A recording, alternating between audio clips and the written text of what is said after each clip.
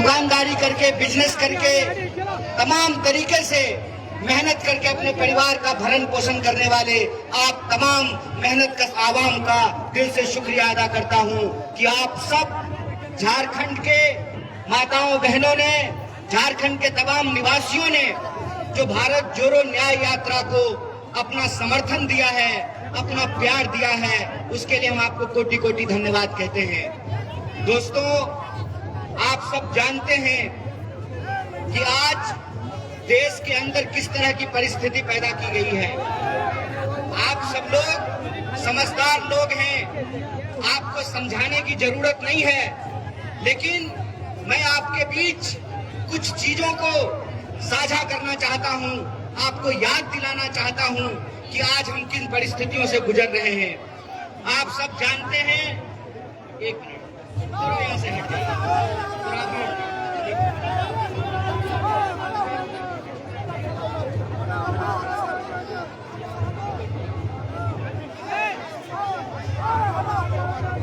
आप सब जानते हैं कि देश के अंदर किस तरीके का माहौल पैदा किया जा रहा है। आपको मालूम है कि जो पिछला 30 जनवरी गुजरा है, 30 जनवरी को हम लोग बापू को याद करते हैं, अपने राष्ट्रपिता महात्मा गांधी को याद करते हैं कि किस तरीके से नफरत ने, हिंसा ने बापू की जान ले ली और बापू ने इस देश के लिए शहादत दी। हम जानते हैं कि किस तरीके से गोडसे ने बापू को गोली मारी और जो बापू कहा करते थे, रघुपति राघव राजा राम, पतित पावन सीताराम, ईश्वर अल्लाह तेरो नाम, सबको सन्मति दे भगवान, उस बापू की हत्या करने की गई।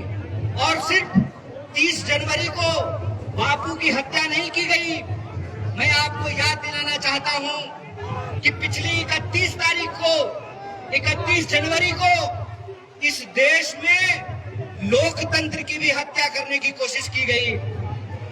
आप जानते हैं कि किस तरीके से चंडीगढ़ में मेयर का इलेक्शन हो रहा था और मेयर के चुनाव में भाजपा के पास संख्या नहीं थी, भाजपा के पास बहुमत नहीं था और आम आदमी पार्टी और कांग्रेस पार्टी के पास बहुमत होने के बावजूद, इंडिया अलायंस के पास बहुमत होने के बावजूद 8 वोट को इनवैलिड करके भाजपा का मेयर बनाया गया। जब चंडीगढ़ में ये साजिश रची जा रही थी, ठीक उसी वक्त झारखंड की इस महान भूमि पर एक भाजपाई साजिश रची जा रही थी। और वो भाजपाई साजिश क्या थी? भाजपाई साजिश ये थी कि इंडिया अलायंस का बहुमत होने के बावजूद हेमंत सोरेन झारखंड के मुख्यमंत्री थे और मुकदमे में फंसा करके एक सरकार को गिराने का प्रयास किया गया और एमएलए को खरीदने का प्रयास किया गया। और आप सबको हम बधाई देना चाहते हैं, झारखंड के आप तमाम माताओं बहनों का, कि ये आपका आशीर्वाद है कि इंडिया अलायंस रांची में कायम है। हमने उनके दांत खट्टे कर दिए हैं, हमने विश्वास मत हासिल कर लिया है और श्री चंपई सोरेन झारखंड के मुख्यमंत्री बने हुए हैं। इस बात की चर्चा मैं आपके सामने क्यों कर रहा हूं? इस बात की चर्चा हम आपके सामने इसलिए कर रहे हैं कि है झारखंड के माताओं बहनों, है झारखंड के नागरिकों, है झारखंड के निवासियों, आपको एक बात समझना पड़ेगा। आपको समझना पड़ेगा कि यह भाजपाई साजिश झारखंड के खिलाफ है, ये भाजपाई साजिश आदिवासियों के खिलाफ है, ये भाजपाई साजिश जमहूरियत और लोकतंत्र के खिलाफ है, ये भाजपाई साजिश इस देश में गरीबों के खिलाफ है, किसानों के खिलाफ है, महिलाओं के खिलाफ है, नौजवानों के खिलाफ है। यह बात हमको समझनी पड़ेगी। हमको समझना पड़ेगा कि आज हमारे साथ किस तरीके से एक एक करके हमारे हक और अधिकार छीने जा रहे हैं। हमको समझना पड़ेगा कि किस तरीके से लोकतंत्र का गला दबाया जा रहा है। हमको समझना पड़ेगा कि आज हमारे आप तमाम लोगों की लड़ाई क्या है, संघर्ष क्या है, इस बात को हमको समझना पड़ेगा। एक बात आप हमको सोच करके बताइए कि ये भाजपा के लोग जहां जाते हैं वहां जा करके सरकार को, चुनी हुई सरकार को खरीदने और बेचने का काम करते हैं, विधायक को खरीदने की कोशिश करते हैं, मुख्यमंत्री को मिलाने का काम करते हैं। बिहार में इन्होंने, आपने देखा क्या किया। बिहार में नीतीश कुमार जी इंडिया अलायंस के पार्ट थे और नीतीश कुमार जी के ऊपर दबाव बनाया और नीतीश कुमार जी पलटी मार करके इंडिया से निकल करके एनडीए में जाकर के शामिल हो गए। वही कोशिश रांची में की गई, वही कोशिश झारखंड में की गई। कोशिश ये किया गया कि यहाँ के मुख्यमंत्री पर भी दबाव बना करके उनको इंडिया से निकाल करके एनडीए में शामिल करा लिया जाए। लेकिन मैं आप तमाम लोगों को बधाई देना चाहता हूँ। मैं झारखंड की इस महान भूमि की महान जनता को बधाई देना चाहता हूँ कि आपने भाजपा इस साजिश को नाकाम किया और उनको बता दिया कि हम बिकने वाले नहीं हैं, हम बेचने वाले नहीं हैं, हम इस देश को बचाने वाले लोग हैं।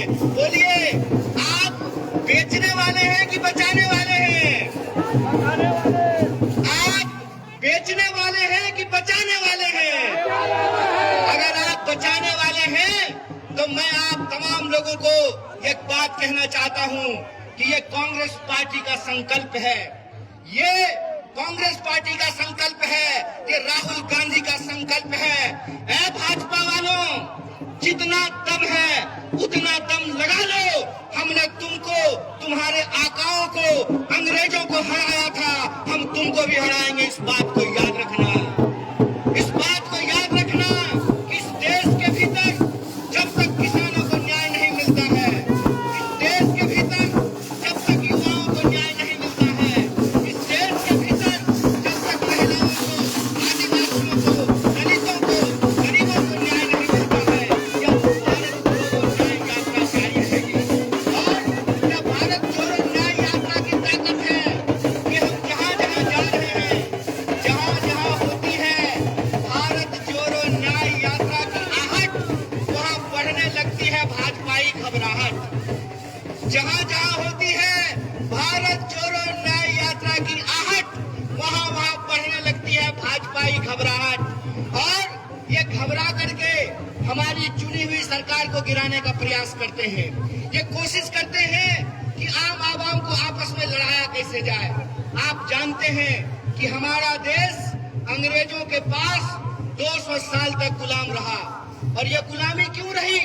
ये गुलामी इसलिए रही कि भारतवासियों को आपस में लड़ाया जाता था, हिंदू मुसलमान कराया जाता था, जातियों को आपस में लड़ाया जाता था।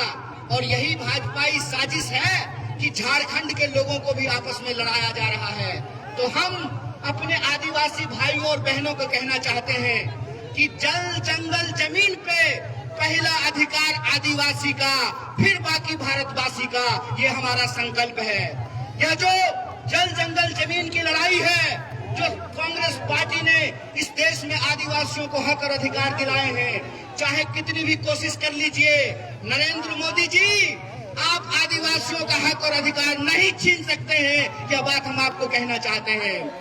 हम आपको कहना चाहते हैं कि झारखंड के लोगों के रगों में भगवान बिरसा मुंडा का खून बहता है, झारखंड के लोगों के रगों में सिद्धू कान्हू का खून बहता है, झलकारी बाई का खून बहता है, नीलांबर पीतांबर का खून बहता है। आप झारखंड के लोगों को उनके हक और अधिकार को छीन नहीं सकते हैं। इसीलिए हम आप तमाम लोगों से एक अपील करना चाहते हैं कि जिस तरीके से आज आदिवासी लोगों को लड़ाने का प्रयास किया जा रहा है, हमारी पार्टी झारखंड के भीतर इस मत के साथ है कि जो सरना लोग अधिकार मांग रहे हैं, अलग धार्मिक कोड का अधिकार मांग रहे हैं, भारतीय राष्ट्रीय कांग्रेस सरना कोड का पूरे दिल से समर्थन करती है, पूरे दिल से समर्थन करती है। और जो पेशा कानून हम लेकर के आए हैं, उस पेशा कानून को ये बदलने की कोशिश कर रहे हैं। जो पब्लिक सेक्टर कांग्रेस पार्टी ने बनाया, बोकारो में स्टील प्लांट खोला, धनबाद, बोकारो, टाटा, तमाम जगह पे जो पब्लिक सेक्टर बनाए गए, आज नरेंद्र मोदी जी उस पब्लिक सेक्टर को बेचने का काम कर रहे हैं। इसीलिए मैं अपने गरीब भाई बहनों से कहना चाहता हूं, ऐ भाइयों और बहनों, एक बात याद रखिएगा, बिन हवा न पत्ता हिलता है, बिन लड़े न कुछ भी मिलता है। इसलिए हमको अपने हक और अधिकार के लिए लड़ना पड़ेगा। बोलिए, आप अपने हक और अधिकार के लिए लड़ने के लिए तैयार हैं कि नहीं है? तैयार है। दोनों हाथ उठा करके बोलिए, तमाम लोग बोलिए कि आप अपने जल जंगल जमीन के लिए लड़ने के लिए तैयार हैं कि नहीं है? अगर आप अपने जल जंगल जमीन के अधिकार के लिए लड़ने के लिए तैयार हैं, तो हम नरेंद्र मोदी की साजिश को नाकाम करेंगे। देश को बांटने की जो साजिश है नरेंद्र मोदी की, उसको हम नाकाम करेंगे। हम आरएसएस और बीजेपी की साजिश को नाकाम करेंगे। यह देश 140 करोड़ लोगों का था, है और रहेगा। इस देश में सबका अधिकार बदला। डॉक्टर बाबा भीमराव अम्बेडकर ने एक संविधान लिखा है। उस संविधान की ताकत यह है कि इस देश में तमाम इंसान के अधिकारों को बर किया गया है। मैं आपसे कहना चाहता हूं कि हमारे और आपके बीच में क्या रिश्ता है? हमारे और आपके बीच में संविधान का रिश्ता है। और संविधान का रिश्ता क्या होता है? संविधान का रिश्ता यह होता है कि ये जो मंच पे बैठे हुए लोग हैं, देख लीजिए इनको, ये जो मंच पे बैठे हुए लोग हैं, इनका भी वोट एक है। और आप जो जनता नीचे जमीन पे बैठे हुए हैं, आपका भी वोट एक है। ये संविधान की ताकत है, ये डॉक्टर बाबा साहब भीमराव अम्बेडकर की ताकत है। इसीलिए जब हम महात्मा गांधी को याद करते हैं, तो हम महात्मा गांधी को याद करते हैं इस देश की एकता के लिए। जब हम शहीद आजम भगत सिंह को याद करते हैं, तो हम याद करते हैं उनकी वीरता के लिए। और जब हम डॉक्टर बाबा साहब भीमराव अम्बेडकर को याद करते हैं, तो हम याद करते हैं समानता के लिए। इसीलिए हमको याद करना पड़ेगा झारखंड की भूमि को, धरती आबा भगवान बिरसा मुंडा को, कि जब खाने का सवाल आया, अंग्रेजी साम्राज्य का दांत खट्टा का सवाल आया, तो आदिवासी नेता बिरसा मुंडा, भगवान बिरसा मुंडा उठ खड़े हुए और उन्होंने को चुनौती देने का काम किया। इसीलिए हम तमाम झारखंड वासियों से कहना चाहते हैं कि अगर हम अपना जल जंगल जमीन बचा चाहते हैं, अगर हम अपना अधिकार बचाना चाहते हैं, अगर हम अपनी आने वाली पीढ़ी का भविष्य बचा करके रखना चाहते हैं, तो हमको संघर्ष करना पड़ेगा। और जो हमारे साथ अन्याय हो रहा है, उस अन्याय के खिलाफ हमको अपनी आवाज को मुखर करना पड़ेगा। और आप जानते हैं कि जब देश में बह रहा हो अन्याय की आंधी, तो न्याय के लिए लड़ रहे हैं राहुल गांधी। इस बात को याद रखिएगा।